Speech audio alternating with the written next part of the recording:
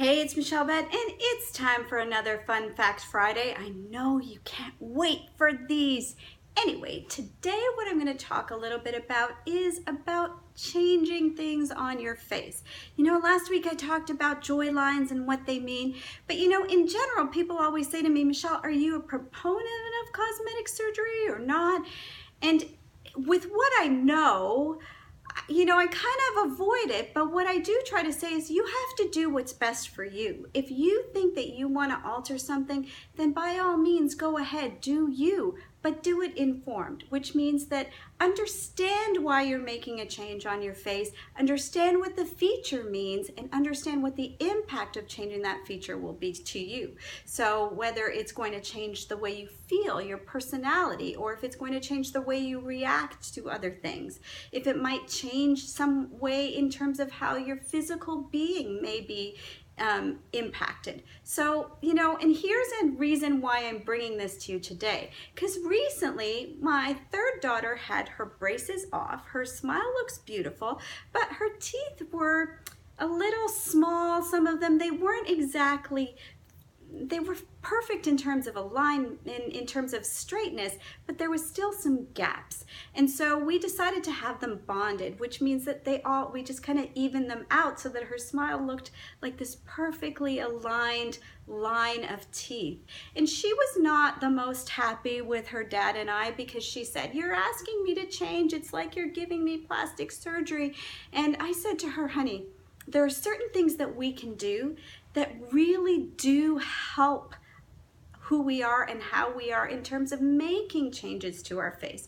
As women, we can wear makeup that enhances our features. As men, they can grow beards or goatees that help enhance their features. And one of the good things about our modern society and having all these wonderful orthodontic procedures and bonding procedures is that they can help to align our teeth.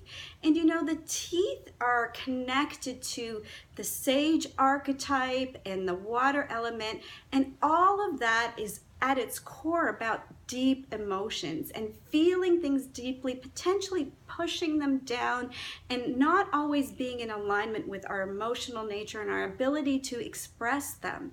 And so in facial intelligence, the more aligned you can make your teeth, the more that you're giving your body and your emotions a boost of alignment in terms of being able to process emotions and potentially allow them to come out, as opposed to having them be jumbled and not getting out. And so that is one thing that for me, in my own experience, feels like it's a positive way to change our face or enhance a feature, because it keeps us more in alignment that we would have been if our teeth were crooked or if there were big gaps, and especially if naturally they're way out of whack. And I had way out of whack teeth, and unfortunately my kids inherited that, but they also inherited this need to be more emotionally aligned and grounded, and that helps. And so for her, she's not at a place where she understands that right now. She's a teenager and she's going to rebel anyway.